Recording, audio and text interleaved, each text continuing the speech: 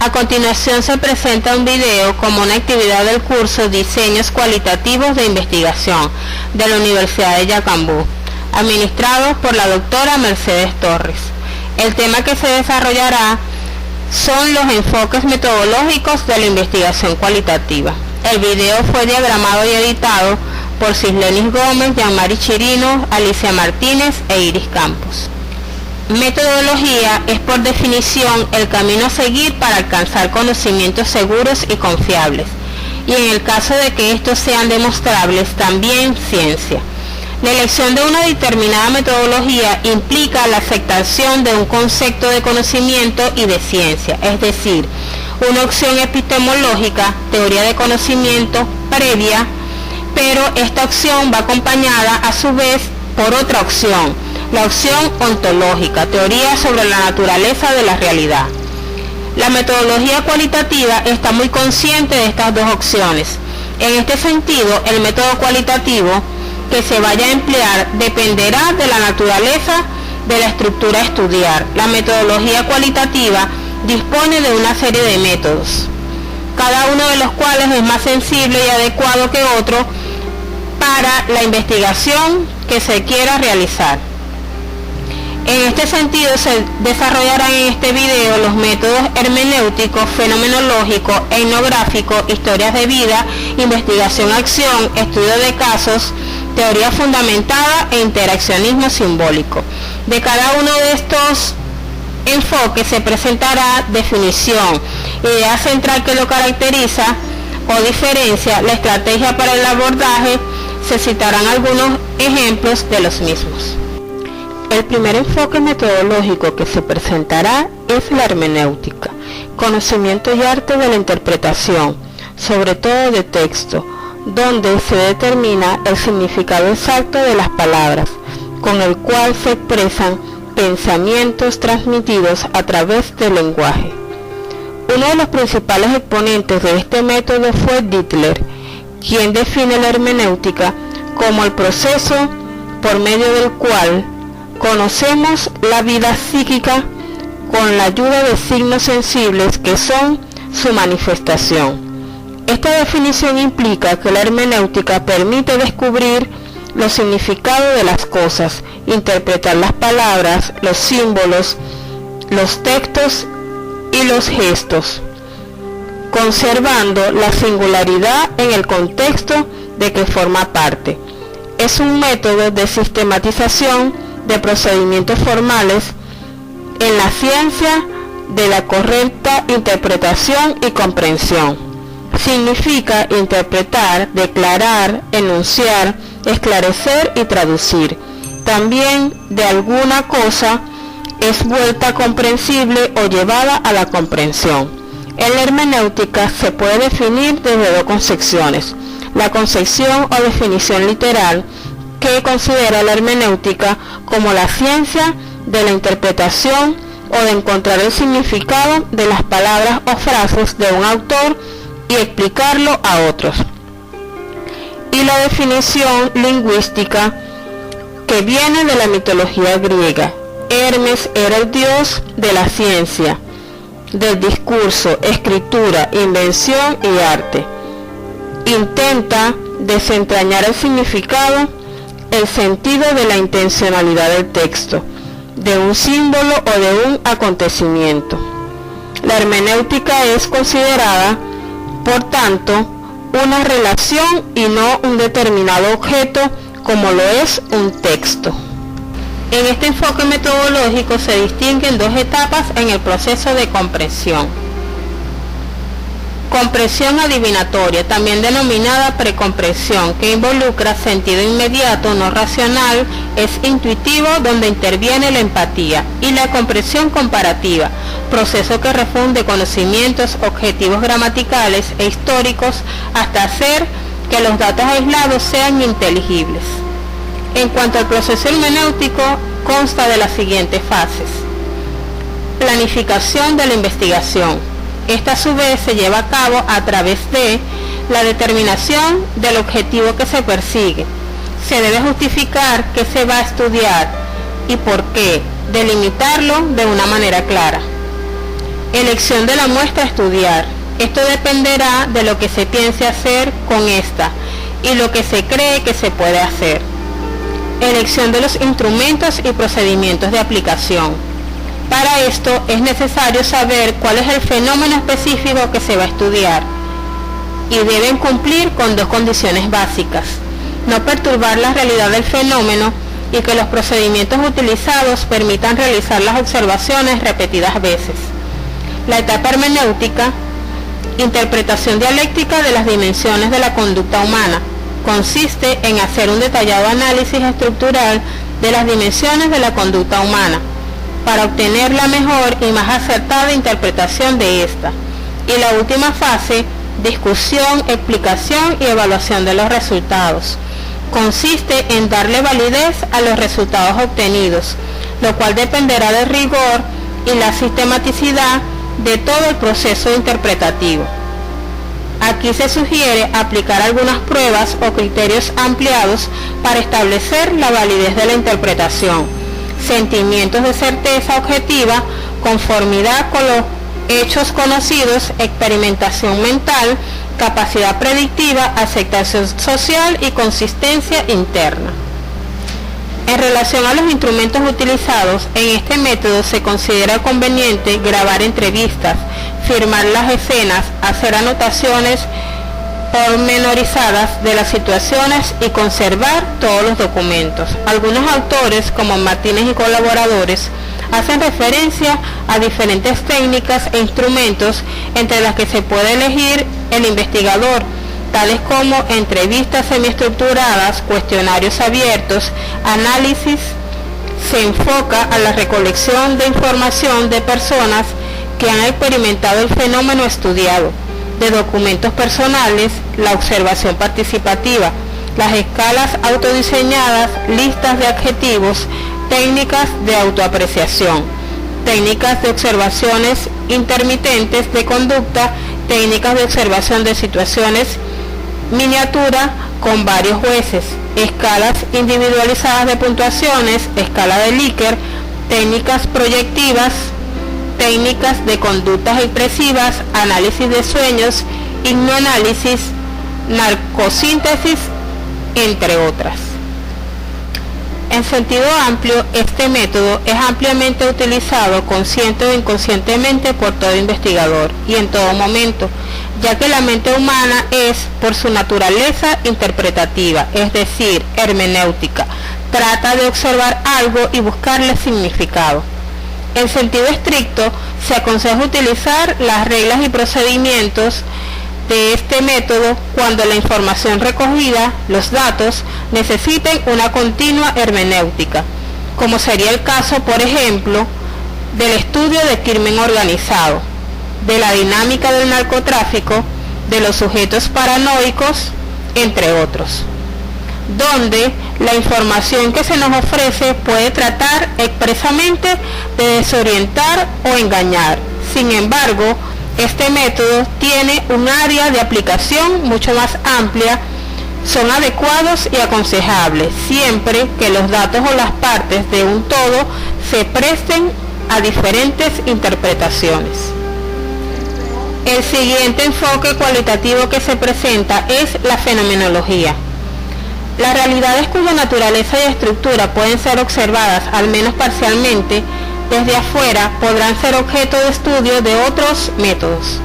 En cambio, las realidades cuya naturaleza y estructura peculiar solo pueden ser captadas desde el marco de referencia interno del sujeto que las vive y experimenta, exigen ser estudiadas mediante el método fenomenológico. La fenomenología es la doctrina filosófica que estudia lo que aparece, es decir, los fenómenos. Estudia una realidad cuya esencia depende del modo en que es vivida y percibida por el sujeto, una realidad interna y personal, única y propia de cada ser humano.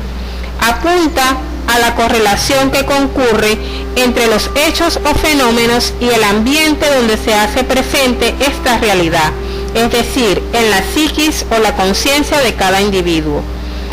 Es así como los diversos tipos de experiencia, percepción, pensamiento, imaginación, memoria, emoción y hasta actividad lingüística, dejando claro que la conciencia es intencional y todos los actos humanos son intencionales, lo que genera siempre un comportamiento dirigido a algunas cosas en el mundo y se manifiesta en los diferentes tipos de experiencias ya mencionados.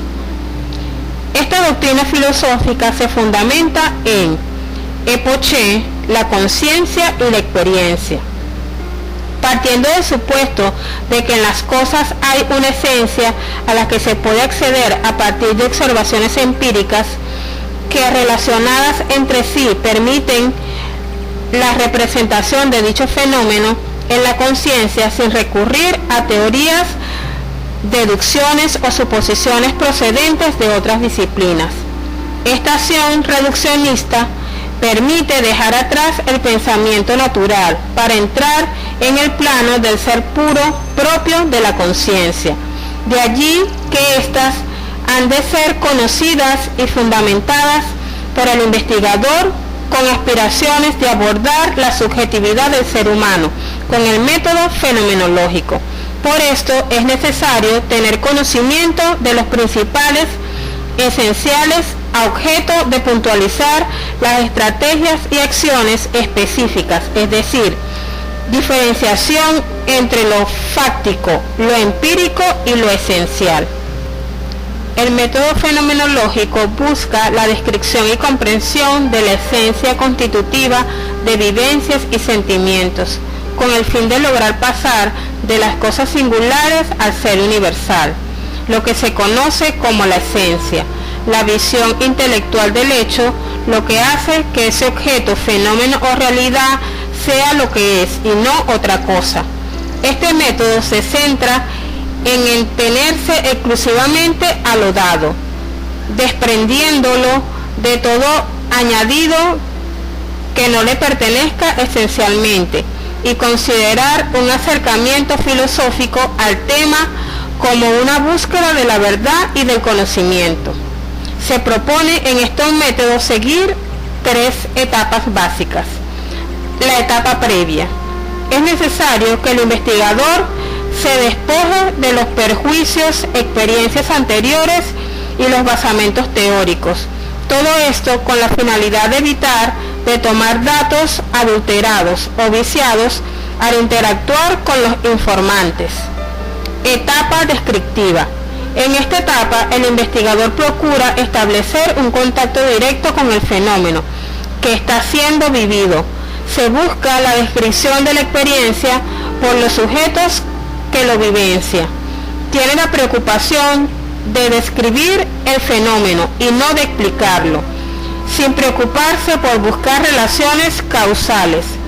Su objetivo, mostrar, no demostrar. La descripción supone un rigor metodológico. Solo así es posible llegar a la esencia del fenómeno. Dentro de las técnicas para superar este estadio, tenemos la observación directa o participativa, la entrevista coloquial o dialógica, la encuesta o cuestionario y el autorreportaje. Etapa estructural. Aquí se realiza el estudio de las descripciones contenidas en los protocolos. Los pasos consecuentes para completar el proceso son la lectura general de cada protocolo, la delimitación de unidades temáticas, la determinación del tema central a exponer, la adecuación de la información al lenguaje científico y la combinación de los temas centrales con la entrevista compilada. Por ser esta etapa final, se relacionan los resultados derivados en la investigación con las consideraciones finales de otras investigaciones, para confrontarlas, diferenciarlas y poder razonar con más claridad las posibles diferencias y de esta manera aportar mejores resultados a la indagación efectuada. Estrategias para el abordaje. El aprender a hacer del método fenomenológico como expresión inequívoca de la filosofía fenomenológica se orienta hacia el abordaje de la realidad, fenómeno, a partir del marco de referencia intrínseco del ser humano. Este marco constituye el mundo subjetivo del hombre, al que una persona puede tener acceso en un momento determinado de sus vivencias existenciales. En este proceso de descripción y comprensión, el investigador ha de desplegar acciones específicas a través de una diversidad de instancias fenomenológicas para buscar el significado. La pesquisa cualitativa es básicamente descriptiva y es dirigida hacia los significados, hacia la percepción del sujeto que vivencia el fenómeno en estudio.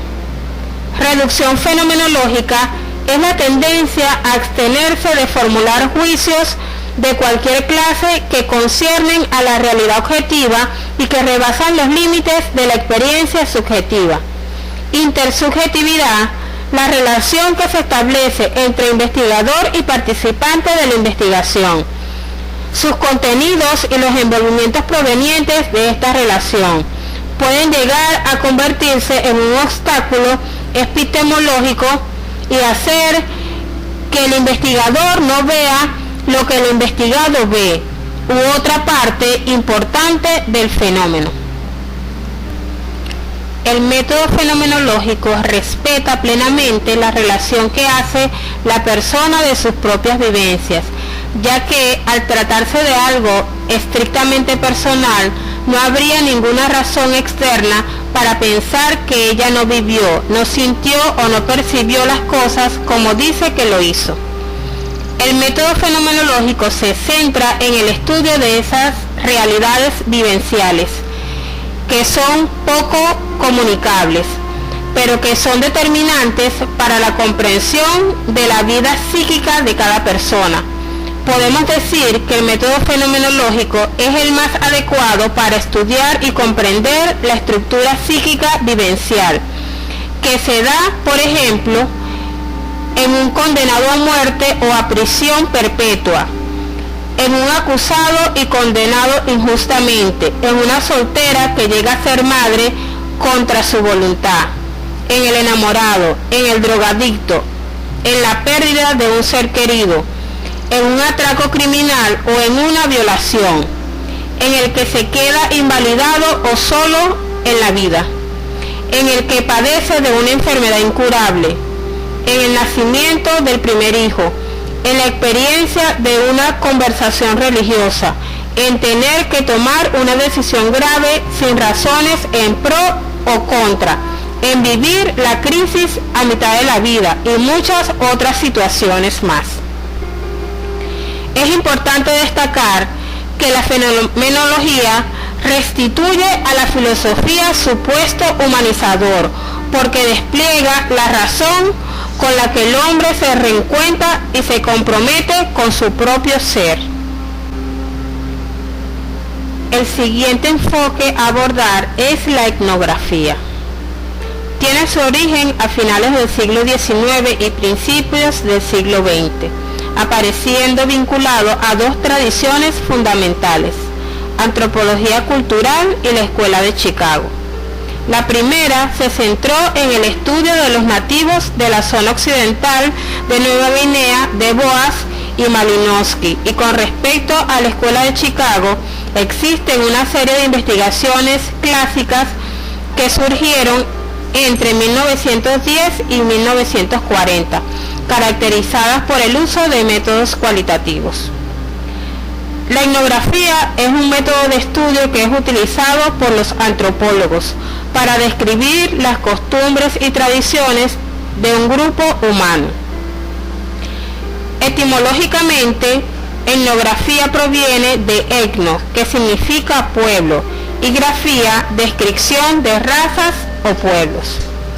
La etnografía representa gran aplicación en el área social, muy especialmente en el ámbito educativo.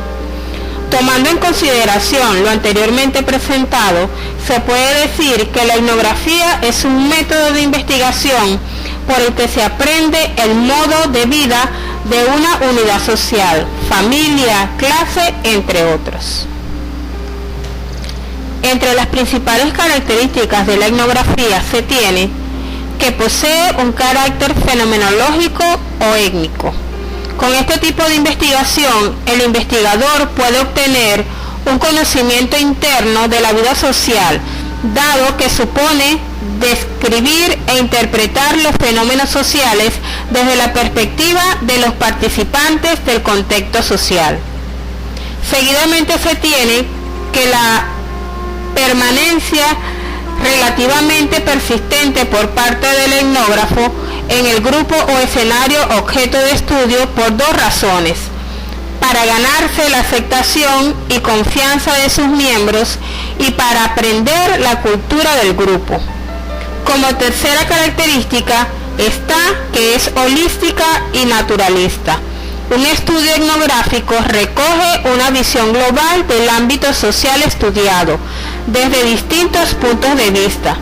Un punto de vista interno, el de los miembros del grupo, y una perspectiva externa, la interpretación del propio investigador. Y finalmente se tiene que posee un carácter inductivo.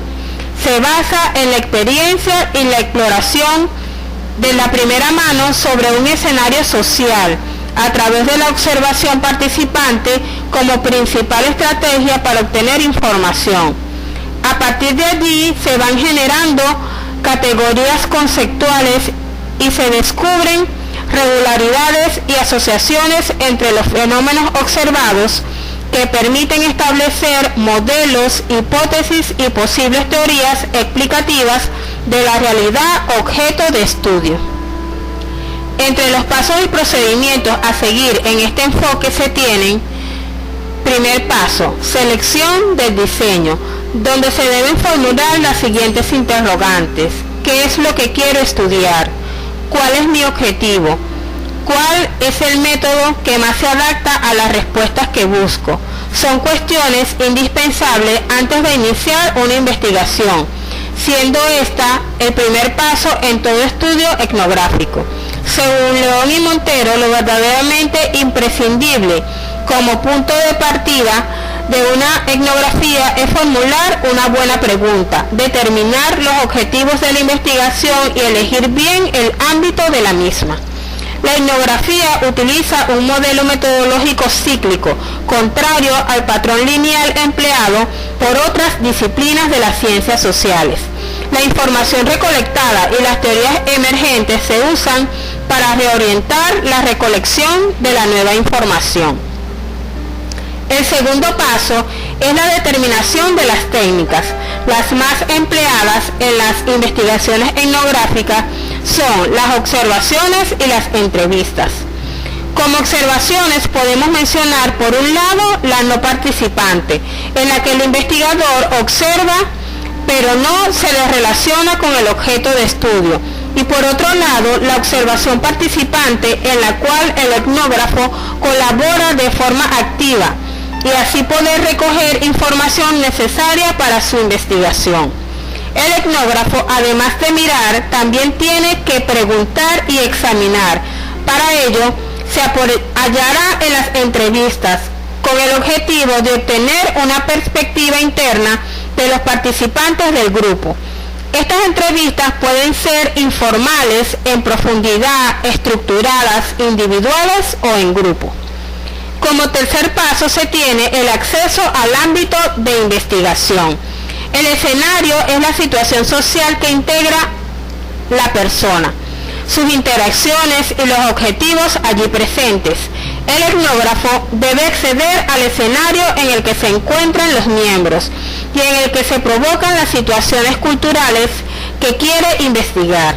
La selección del escenario se realiza de forma intencionada y ha de estar de acuerdo con los objetivos de la investigación. Como cuarto paso está la selección de los informantes, donde el acceso al escenario lleva consigo el hecho de que el etnógrafo ya tiene los primeros contactos con los sujetos que participan en la situación social que se quiere investigar. Lo que el investigador quiere conseguir es establecer relaciones abiertas con los miembros del grupo, que se encargarán de ser los informantes. Para ello, el etnógrafo tiene que conseguir el rapport, crear una relación de confianza y de afinidad, y conseguir así unas descripciones y unas impresiones sobre su propia realidad y la de los demás. La selección de los informantes se orienta por el propio principio de pertinencia, es decir, se identifica a los informantes que pueden dar una mayor cantidad y calidad de información.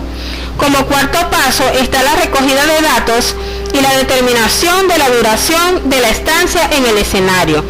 Una vez resueltos los problemas de muestreo y la selección del escenario, las situaciones sociales y los informantes, pasa a ser prioritario el tema de la obtención de la información. En el proceso etnográfico, el análisis de los datos comienza en el mismo momento en que se termina cada episodio de recogido de información y tiene como eje principal la identificación de categorías que emergen de la lectura repetida del material disponible. Las formas de registro básicas a lo largo del proceso etnográfico suelen ser escritos descriptivos narrativos, que a menudo se complementan con el uso de medios auxiliares para poder tener grabaciones en video, vidrio y fotografía sobre la realidad estudiada. El sexto paso hace referencia al procesamiento de la información recogida. Una de las características más particulares de la investigación cualitativa y en concreto de la etnografía es que el análisis de los datos se va realizando a lo largo del estudio. El proceso de recogida de datos y su análisis están resistentemente unidos. A medida que se va obteniendo los datos, genera hipótesis, realiza múltiples análisis, reinterpreta y formula nuevas hipótesis sobre determinadas relaciones entre los conceptos generales, los fenómenos observados. Y es justamente en este doble proceso de observación y de interpretación cuando se abre la posibilidad de construir y enriquecer la teoría. Y por último se tiene el paso referido a la elaboración del informe, donde según Rincón advierte que el informe etnográfico debe incluir suficientes detalles descriptivos para que el lector conozca lo que pasó y cómo pasó, y se sienta trasladado a la situación social observada. Debe destacarse algo muy importante para la redacción del informe, y es que hay que tener presente la audiencia a la cual se destina, pues dependiendo de sus características se definirán más o menos los detalles prácticos, la densidad conceptual y su extensión. En la metodología etnográfica se suelen utilizar diferentes estrategias para abordaje, tales como el uso de informantes, entrevista etnográfica, observación participante y diario de campo. Como primera estrategia se tiene el informante, el cual representa a la persona con la que el etnógrafo establece una estrecha y prolongada relación, constituyéndose en la fuente de conocimiento de la vida social estudiada. Es importante destacar que la empatía es fundamental, así como la aceptación de la persona que se constituye en nuestro informante. Esto es algo central, por lo cual se debe tenerse en mente la horizontalidad y el respeto, siendo estos elementos que se encuentran por encima de la investigación misma. Además, debe tenerse claro que la persona seleccionada como informante debe tener conocimiento sobre lo que se desea investigar para que esto sea un adecuado informante. La segunda estrategia es la entrevista etnográfica. Como estrategia de investigación, esta representa un diálogo formal orientado por un problema de investigación. Cuando se habla de diálogo formal, se diferencia de las charlas espontáneas de carácter informal. La entrevista como técnica de investigación no se puede confundir con las charlas que espontáneamente se adelantan con las personas durante el trabajo de campo. Esto supone que se han diseñado de antemano los términos, contenidos y formas de registro del diálogo. Es este sentido de que la entrevista etnográfica es un diálogo formal, no es algo improvisado. Hay ámbitos de la vida social para los cuales la entrevista es una herramienta privilegiada. Entre estos ámbitos de la vida social se tienen conocimientos de acontecimientos del pasado y del presente, de los cuales los entrevistados fueron testigos directos. Descripción de saberes, artes y oficios desempeñados o conocidos por el entrevistado, así como de la urdimbre de relaciones sociales en las cuales se encuentra inscrito. La tercera estrategia utilizada es la observación participante.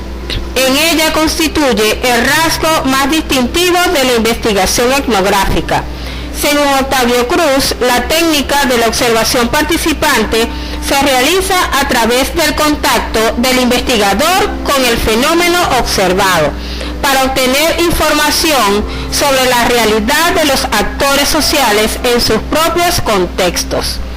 Es importante destacar que para poder observar, el investigador debe ser aceptado por la comunidad en estudio, así como haber generado una empatía con el grupo en estudio. Se puede decir que las capacidades de empatía y observación del investigador y la aceptación de la comunidad son elementos esenciales en el procedimiento metodológico etnográfico. Por último, se tiene el diario de campo. En una investigación etnográfica, el éxito del trabajo de campo depende en gran medida en realizar un adecuado diario de campo. Sin diario de campo, los datos se pasean frente a las narices del investigador sin que éste tenga cómo atraparlos, organizarlos y otorgarles sentido para su investigación. Se puede emplear hablar de diario de campo como un cuaderno o libreta de notas que escribe el etnógrafo durante sus estadías en el terreno.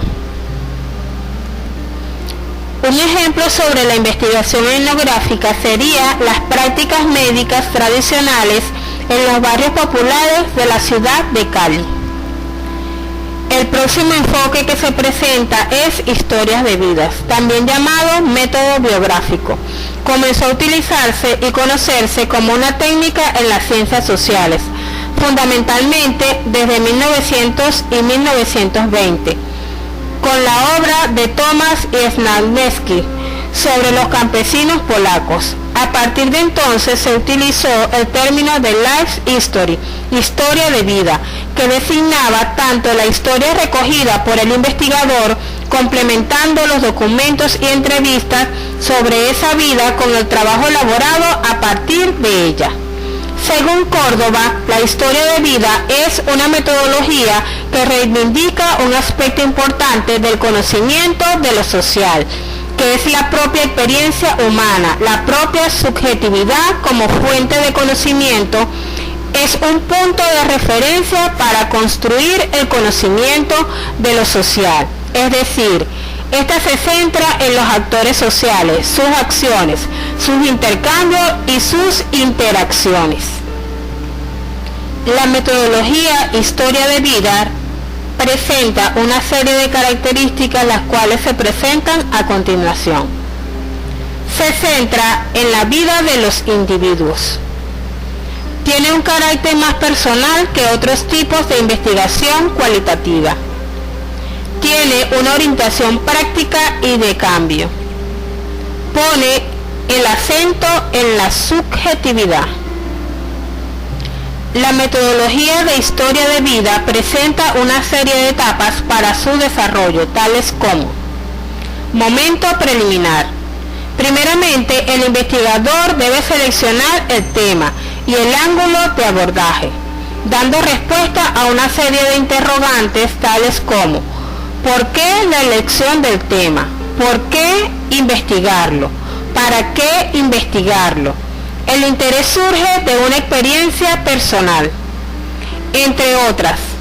así como una revisión de la literatura científica al tema con el fin de profundizar en la comprensión del objeto de estudio. Contactos, negociaciones y contratos. En esta fase, los cuestionamientos éticos se vuelven fundamentales, cruzándose con los científicos. Se trata de definir y aplicar los criterios de inclusión y exclusión de los participantes y delimitar los narradores que van a intervenir. Recolección de los relatos mediante entrevista. Los relatos de vida son siempre construcciones, versiones de la historia que un narrador o sujeto interpelado en su vida relata al investigador o narratorio particular, utilizando para ello la entrevista. La utilización de un cuaderno de campo posibilita realizar un mejor seguimiento del proceso y preparar el material para el análisis. Análisis de relatos. La lógica y la metodología de análisis de los relatos debe estar en función, por un lado, del objeto de estudio y por otro, del tipo de resultados que se deseen obtener, es decir, los métodos de análisis deben adaptarse a ellos y nunca al revés. Las estrategias para el abordaje del método de historias de vida son básicamente observación participantes, entrevistas no estructuradas en profundidad. Según Anders Age, la observación participante es la participación real del observador en la vida de la comunidad, del grupo o de una situación determinada. Se ha definido como la técnica para la cual se llega a conocer la vida de un grupo desde el interior del mismo. En cuanto a la entrevista no estructurada o en profundidad, esta se refiere a los encuentros continuos que se dan cara a cara entre el investigador y los informantes, donde los mismos se encuentran dirigidos para la comprensión de las perspectivas que tienen los informantes respecto de sus vidas o experiencias expresadas con sus propias palabras. Aquí ella pretende comprender más que explicar, espera respuestas subjetivas, sinceras y se obtienen respuestas emocionales pasando por lado la racionalidad. Un ejemplo sobre la investigación de historias de vidas es Relatos de vida de dos familias con niños autistas, realizado en Cumaná, Estado Sucre, en el año 2009, donde la unidad de análisis están constituidas por dos familias con miembros autistas en su seno. La investigación-acción es el próximo enfoque metodológico que se desarrollará. Es definida como una forma de indagación autorreflexiva que emprenden los participantes en situaciones sociales en orden a mejorar la racionalidad y la justicia de sus propias prácticas, su entendimiento y las situaciones dentro de las cuales ellas tienen lugar, que garantiza y deben cumplir estas tres condiciones: la práctica social, el espiral de investigación que involucra desde el planear, accionar, observar y reflexionar y volver a reflexionar. Y por último, afirma que los participantes son responsables en todos los momentos de la actividad, comprometidos con la mejora y el cambio transformador de la realidad. La investigación-acción posee un doble carácter. Es un enfoque investigativo y una metodología de investigación aplicada a estudios sobre realidades humanas. Nace ante la dificultad del método científico para resolver conflictos humanos. Se consideran tres vertientes en el origen del término investigación-acción. Proviene del autor Kurt Lewin y fue utilizado por primera vez en 1944. establece que se debe integrar la experiencia científica con la acción social, ya que al acentuar el sentido comunitario se refuerza el enfoque sociológico. También se señala que en el ámbito educativo, esta hace posible que los profesores mejoren la calidad de la enseñanza por medio de la investigación cooperativa en la acción de un campo común de interés. Por su parte, es en la década de los 70 cuando este movimiento resurge en Inglaterra, de la mano de Stanhouse, el cual acuña la idea del profesor como investigador, llamando actitud investigadora a una disposición para examinar con sentido crítico y en forma sistemática la propia actividad docente. Finalmente, en Australia, en 1983, se comienza a desarrollar la investigación-acción gracias a Carr y Kelmins, los cuales la definen como un conjunto de actividades dirigidas hacia el desarrollo curricular, las cuales han de ser puestas en práctica, sometidas sistemáticamente a observación, reflexión y cambio, gracias a la implicación de todos y cada uno de los participantes, los cuales tienen en esta actividad.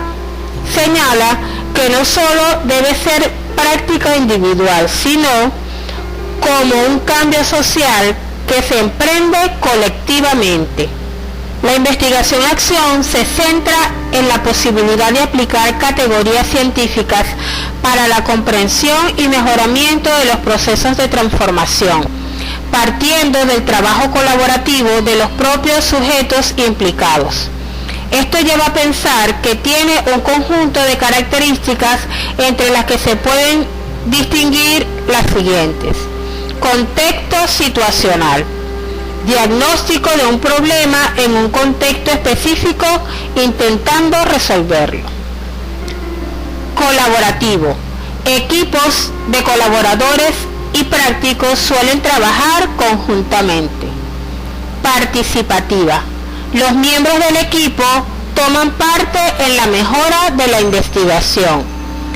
Autoevaluativa, las modificaciones son evaluadas continuamente, siendo el último objetivo mejorar la práctica. Acción-reflexión, reflexionar sobre el proceso de investigación y acumular evidencia empírica, acción, desde diversas fuentes de datos. Interactiva, porque hay una creación sistemática del conocimiento. Las fases en este enfoque investigativo son las siguientes. La investigación-acción se da o planifica en fases sucesivas que incluye la formación del grupo para realizar. El diagnóstico, que va a permitir observar para identificar la necesidad, el problema, su formulación, recogida de datos y trabajo de campo. En la planificación se decide qué debe hacerse. En cuanto al grupo, orienta la acción de pensar qué hacer para mejorar la problemática. Esta parte es quizás la más activa de la investigación-acción y debe señalar una secuencia lógica de pasos. ¿Cuándo va a ser implementado? ¿Cómo y por quién? Los pros y los contras de cada paso, los objetivos finales que se desea lograr, los obstáculos a vencer, los recursos que se necesitarán y la solución de las contingencias, en fin, las fortalezas, debilidades, amenazas y oportunidades de que se dispone.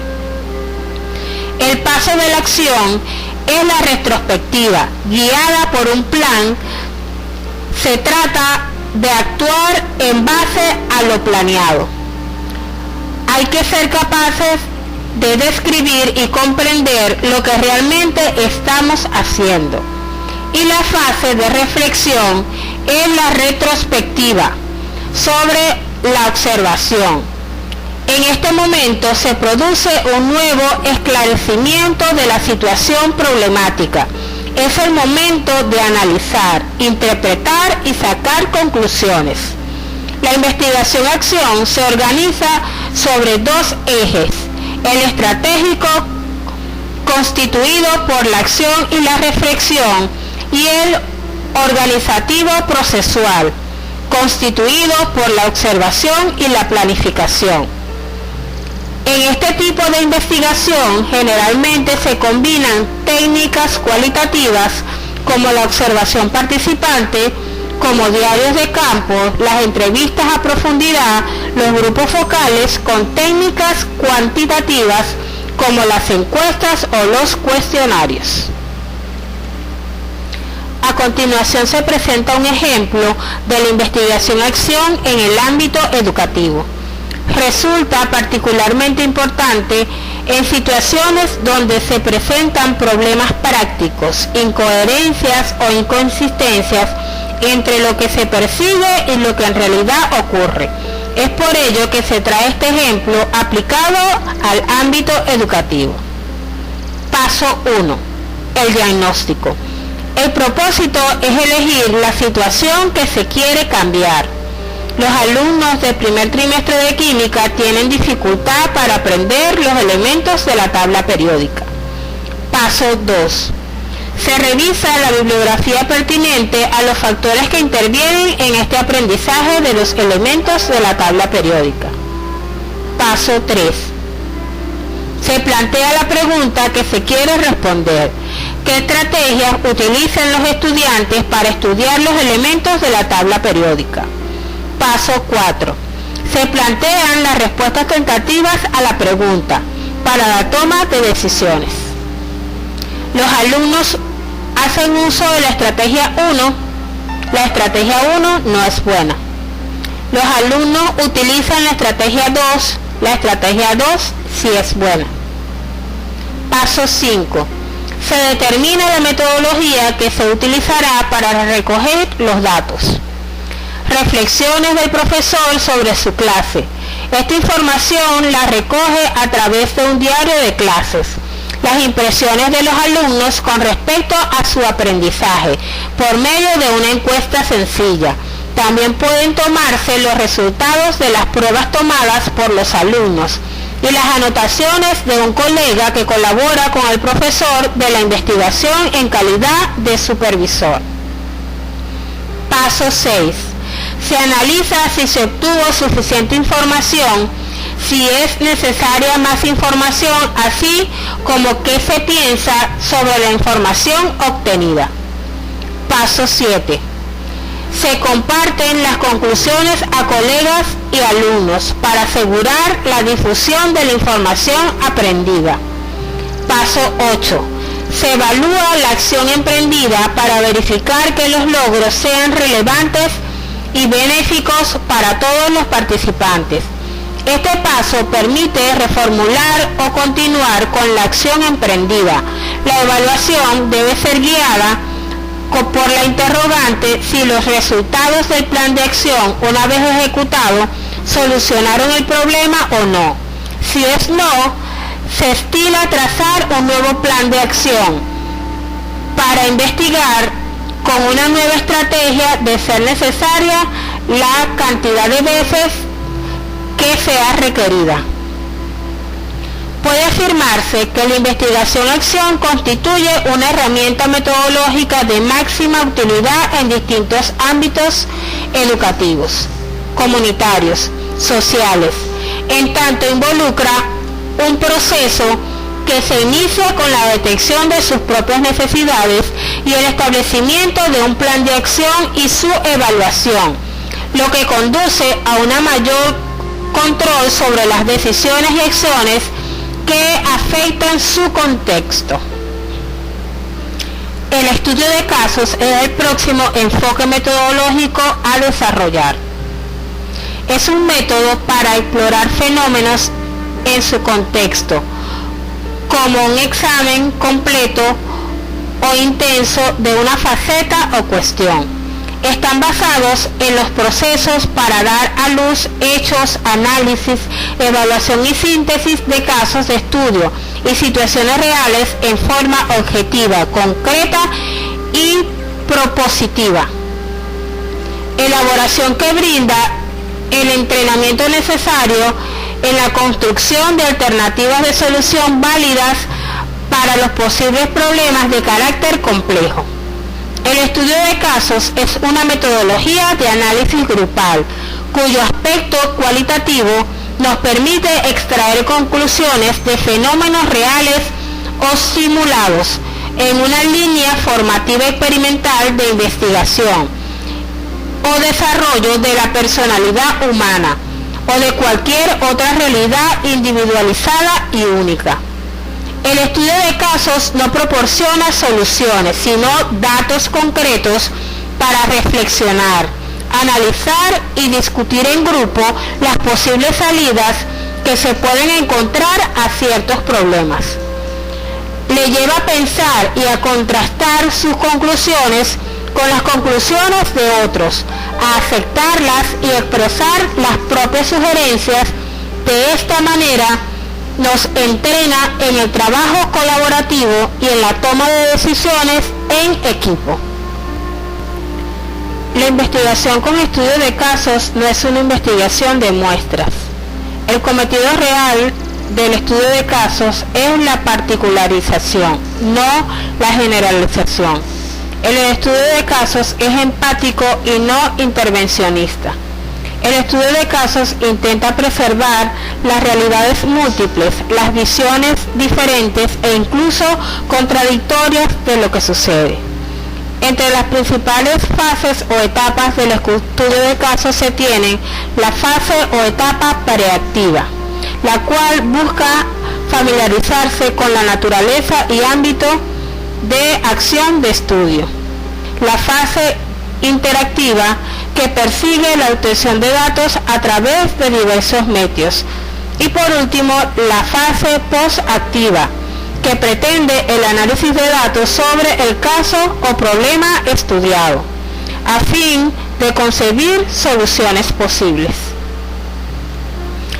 Entre las principales estrategias de obtención de información en los estudios de casos se tienen la observación, directa o participante, las entrevistas, revisión de documentos, entre otros. En general, los estudios de casos pueden englobarse dentro del siguiente marco de referencia, de acuerdo a su dimensión: un área, una función, un proyecto, una política, un departamento, un evento, una región, nación u organización, o unidades estratificadas dentro de un estudio de caso grande o complejo. Entre las aplicaciones o ejemplos que se tienen de este enfoque investigativo está el estudio de caso como método de investigación en contabilidad de gestión, estudio de caso para análisis de procesos de cambio organizativo y estudio de casos en eventos inusuales o secretos. La teoría fundamentada es el próximo enfoque a desarrollar. Tiene su origen en la sociología y sus raíces se encuentran en el interaccionismo simbólico, generando estudios descriptivos con poder explicativo. Surge en 1967 y fue propuesto por Glasser y Strauss con el propósito de desarrollar teorías basadas en datos empíricos en áreas específicas. La teoría fundamentada asume la responsabilidad de interpretar lo que se observa, escucha y lee, busca un equilibrio entre ciencia y creatividad. La creatividad se manifiesta en la capacidad de los investigadores de denominar categorías con buen tino, formular preguntas estimulantes, hacer comparaciones y extraer un esquema innovador, integrado y realista de un conjunto de datos brutos y desorganizados. La teoría fundamentada se basa en las proposiciones teóricas que surgen de los datos obtenidos en la investigación y no tanto en los estudios previos, el procedimiento general de la comprensión del fenómeno. El método básicamente utilizado en este enfoque es el método del microanálisis, que abarca dos tipos de diseño: el diseño sistemático, que una vez obtenidos los datos, El análisis de esto se realiza mediante un procedimiento de codificación abierta, en el cual el investigador revisa todos los segmentos del material para analizarlo y generar categorías iniciales de significado. Posteriormente se hace una codificación selectiva para poder visualizar la teoría. Y el diseño emergente, que en este se efectúa una codificación abierta, y de allí se obtienen las categorías que son conectadas entre sí para construir una teoría. Posteriormente, el investigador explica la teoría y las relaciones entre categorías, la cual proviene de los datos. Más recientemente surge un tercer diseño, denominado constructivista, el cual busca enfocarse en los significados que provienen los participantes del estudio en base a sus visiones, creencias, valores, sentimientos e ideologías. Son 4 los pasos o procedimientos que se debe llevar a cabo en la teoría fundamentada. El primero consiste en la generación de teoría a partir de los datos. El segundo, la identificación de las relaciones entre dos o más conceptos. El tercero, presentación de una visión sistemática del fenómeno u objeto de estudio. Y por último, el análisis es la interacción entre los investigadores y los datos. Son básicamente los pasos claves que se debe llevar para este tipo de enfoque cualitativo: denominar categorías, formular preguntas estimulantes, hacer comparaciones y extraer esquemas innovadores de los datos. En lo que respecta a las estrategias para el abordaje de la teoría fundamentada, se pueden mencionar básicamente 3. Las operaciones básicas, encargadas de formular preguntas y hacer comparaciones; la codificación abierta, donde línea por línea, oración o párrafo se escudriña el documento; y los memorandos, que es el registro que lleva el investigador de los análisis, pensamientos, interpretaciones, preguntas e instrucciones para recolección adicional de los datos.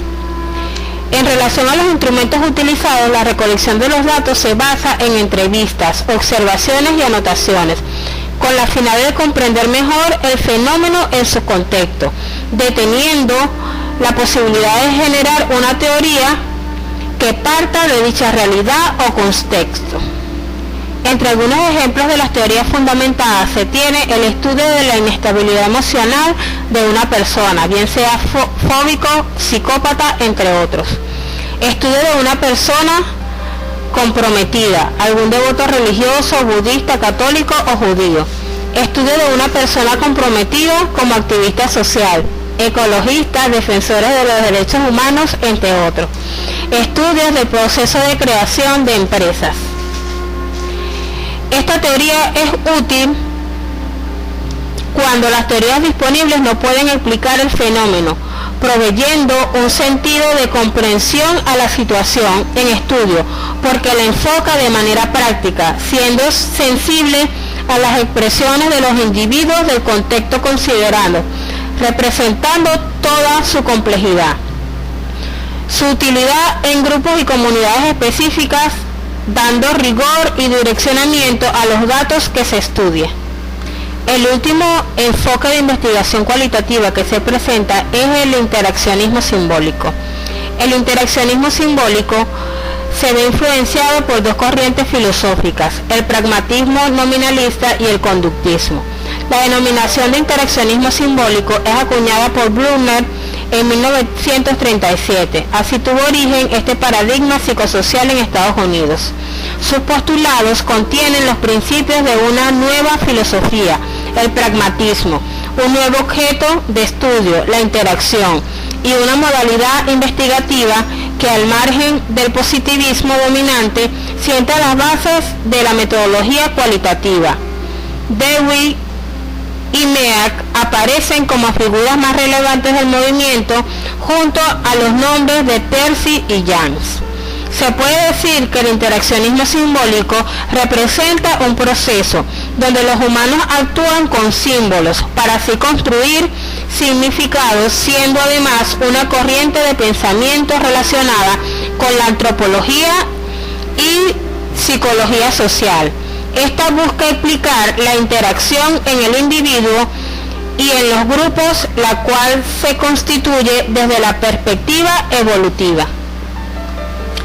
Dentro de las principales características del interaccionismo simbólico se pueden mencionar: el hombre es sujeto social, con una autointeracción social y lenguaje. Los seres humanos se relacionan con su medio partiendo del significado que le atribuyen. Depende de símbolos, por ejemplo, el lenguaje que comparte con otros sujetos. Es clave la acción conjunta, la organización social de la conducta que afecta a los diferentes actos de varios participantes. En lo que respecta a la orientación metodológica o los pasos y procedimientos del interaccionismo simbólico, se pueden mencionar: acercarse a ver los objetos con el mismo significado con el que el individuo lo ve, abriendo una investigación muy distinta a la que frecuentemente lo hace. Procurar el ver al grupo no como un simple resultado de los factores determinantes que se manifiestan a través de la interacción personal, sino marchando imprescindiblemente en pos del descubrimiento empírico de la forma peculiar de interacción social que esté en juego en cada caso. Aconseja el estudio de acto o acción social en atención al modo en que se forma. Y finalmente, y por lo que atañe a los aspectos más amplios de la sociedad humana, como clases, instituciones, organización social, entre otros, acertando a entenderlas como una ordenación de personas vinculadas recíprocamente en sus actos respectivos. Dentro de las estrategias empleadas para el abordaje con la metodología del interaccionismo simbólico se tiene la observación participante como la más empleada, representando esta una técnica muy utilizada en ciencias sociales, donde el investigador comparte con los investigandos su contexto, experiencia y vida cotidiana, con el fin de conocer directamente toda la información que poseen los sujetos sobre su propia realidad. O sea, busca conocer la vida cotidiana de un grupo desde el interior del mismo. Dentro de las áreas de aplicación está la parte educativa, matemática e inglés. Un ejemplo de este tipo de metodología está en las aplicaciones del interaccionismo simbólico en clases de inglés. A continuación se presenta las principales conclusiones de los diferentes enfoques metodológicos de la investigación cualitativa desarrollados. Enfoque hermenéutico, fenomenológico, etnográfico, historias de vida, investigación-acción, estudios de casos, teoría fundamentada e interaccionismo simbólico. En la presente lámina pueden observar las referencias más relevantes que contribuyeron al desarrollo del tema planteado. Finalmente les dejamos una reflexión de Juan José Ibáñez que aplica a cualquier enfoque o tipo de investigación. Más vale acertar aproximadamente que errar con precisión.